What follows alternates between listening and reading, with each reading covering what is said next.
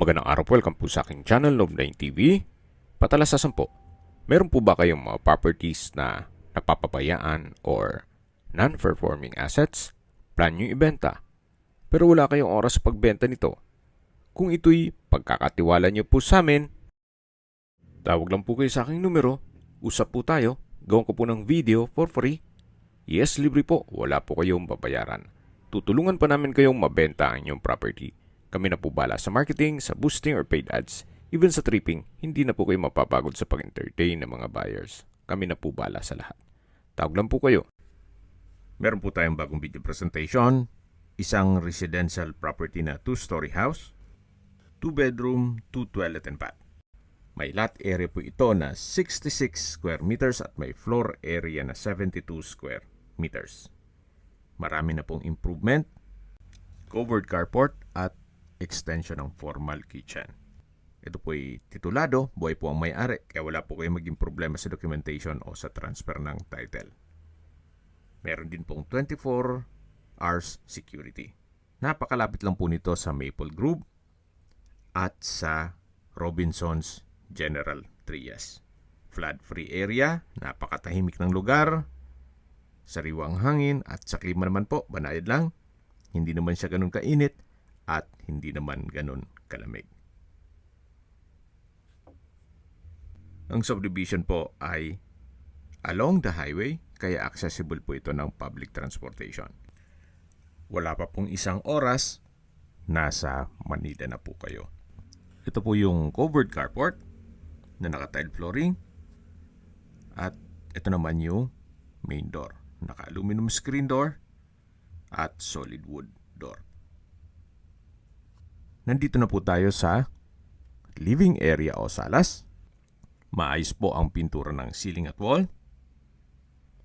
Mula po dito, open concept lang, wala pong partitions kaya maaliwalas. Ito pong second floor ay naka-steel deck. Yan po yung hagdan, naka-concrete staircase. Then meron pong common toilet and bath. Ito naman po yung dining area. Then meron pong sliding glass door na may blinds. Naka-tile flooring na rin po dito. Ang original floor plan po ay hanggang dito lang sa may countertop. So meron na po itong extension o improvement nitong formal kitchen. Check po natin. May kitchen countertop, double stainless sink with faucet, may service area, wall-mounted shelves, naka-tiled wall na rin po siya, at ito naman po yung modular kitchen cabinets, may range hood, then space para sa gas range.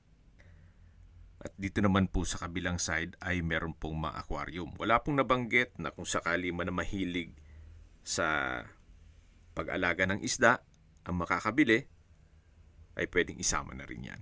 Siguro po nasa pag-uusap nyo na lang yan. Then meron din pong 3-stage na water filtration.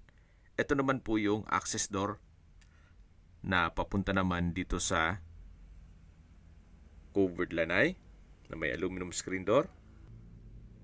Yan po yung sliding glass door papunta sa dining area. At sa dulo naman yung covered carport. Balik po ulit tayo dito sa formal kitchen. Yan po yung aquarium. Then dito po yung kitchen countertop, breakfast nook, dining area, then sa dulo yung living area, at dito naman po ay merong understairs na built-in cabinet.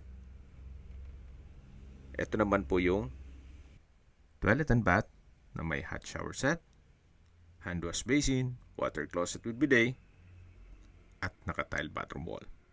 Sa mga naghahanap po ng isang dissenting bahay na wala na kayong ipapagawa at affordable, you might consider this property. Nandito na po tayo sa hagdan. Ito po yung naka concrete staircase. Samahan niyo po ako, akyat po tayo. At nandito na po tayo sa second floor. Ito po yung hallway. Yan po yung first bedroom, then ito naman yung second bedroom. Meron po ditong hand wash basin, then toilet and bath, may water closet with bidet, at bathroom window. Check po muna natin itong kwarto. Malaki po ang spasyo nito. May glass window with blinds at security grill, tile flooring, may wardrobe, naka-tile flooring, at maayos naman po ang pintura ng ceiling at wall. Labas po tayo. Yan po yung hagdan at lipat na po tayo dito sa kabilang kwarto. Malaki din po ang spasyo nito. Then meron pong from floor to ceiling na wardrobe, may drawer and dresser.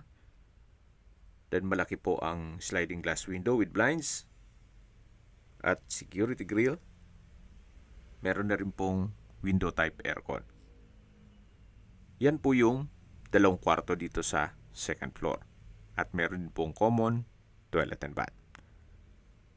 Okay, sa distance, location at travel time portion na po tayo.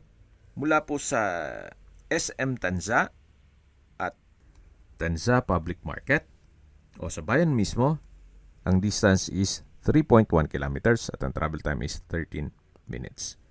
Mula naman po sa Robinsons Gentry, ang distance is 1.3 kilometers at ang travel time is 4 minutes.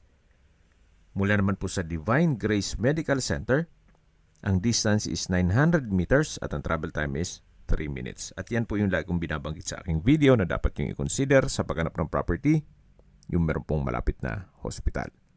Hindi ko naman po sinasabing sakitin kayo. Yan naman po for emergency purpose lang naman. At mula naman po sa Cavite Economic Zone, ang distance is 2.1 kilometers at ang travel time is 4 minutes. Mula naman po sa Cavitex, Kawit Toll Plaza, ang distance is 8.9 kilometers at ang travel time is 23 minutes. Kung manggagaling naman po sa PTEX o Parañaque Integrated Terminal, ang distance is 20.4 kilometers at ang travel time is 38 minutes. Mula naman po sa Manila or airport, ang distance is 24.4 kilometers at ang travel time is 23 minutes. Okay, sa presyo na po tayo. Binebenta po ito ni owner sa halagang 4.5 million pesos net. Ibig pong sabihin, si buyer na po ang sasagot sa lahat ng taxes at expenses with regard to documentation. Fair deal na rin po. Especially nasa malinis at maliwalas na subdivision. Meron pa pong 24-hour security at dito naman po sa bahay ay wala na po kayong ipapagawa, maayos na maayos at may improvement na rin po ito. Yan naman po, opinion ko lang naman, depende pa rin yan sa inyo sa assessment nyo dito sa property. Kung may mga katanungan po kayo o gusto magpaset ng tripping dito sa property nito, tawag lang po kayo sa aking numero. At sa mga kababayan naman natin nasa ibang bansa, meron po akong WhatsApp, Viber at Telegram. Same number lang po, 0917-316-3399. Sa mga nagtatanong naman po ng aming Facebook, meron po aming Facebook page na Nov9TV at Facebook Real Video. Meron din pong TikTok at Instagram. May ibang YouTube channel po kami, the Nov9TV channel, Nov9TV Listings, Nov9TV On The Spot, Nov9TV Updates, at Nov9TV House Rental. Sana po naibigyan nyo ang video presentation. Paki-like and subscribe na lang po sa aking channel para ma-update din po kayo sa aking future listings. Kung sakali po hanap nyo yung mas malaking sukat ng lupa, meron din po kami ibang listings na pwede nyong pagpilian. Huwag po kayong mag-atubiling tumawag sa amin. Then, let us know your budget para malaman namin kung anong property pwede naming ilog sa inyo. Sa lahat pong viewers, subscriber at nagtiwala po sa amin, salamat po sa suporta. Ingat po kayo lagi at yung pamilya. Maraming salamat po.